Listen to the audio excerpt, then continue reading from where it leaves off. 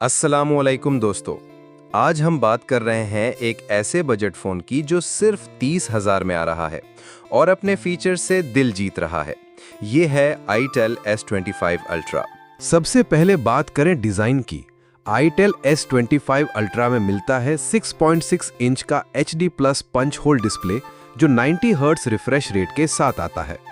ये स्क्रीन आपको smooth scrolling और बेहतर गेमिंग का तजुर्बा देती है और फ्रंट कैमरा का लोकेशन इसे प्रीमियम लुक देता है। अब बात करते हैं कैमरा की।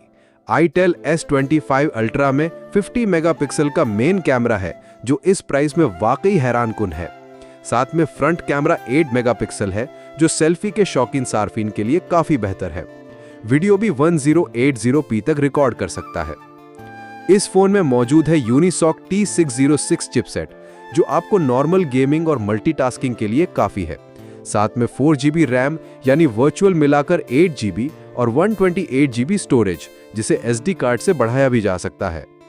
बैटरी की बात करें तो 5000 mAh की ताकतवर बैटरी के साथ आता है और 18 वॉट फास्ट चार्जिंग सपोर्ट भी मौजूद है।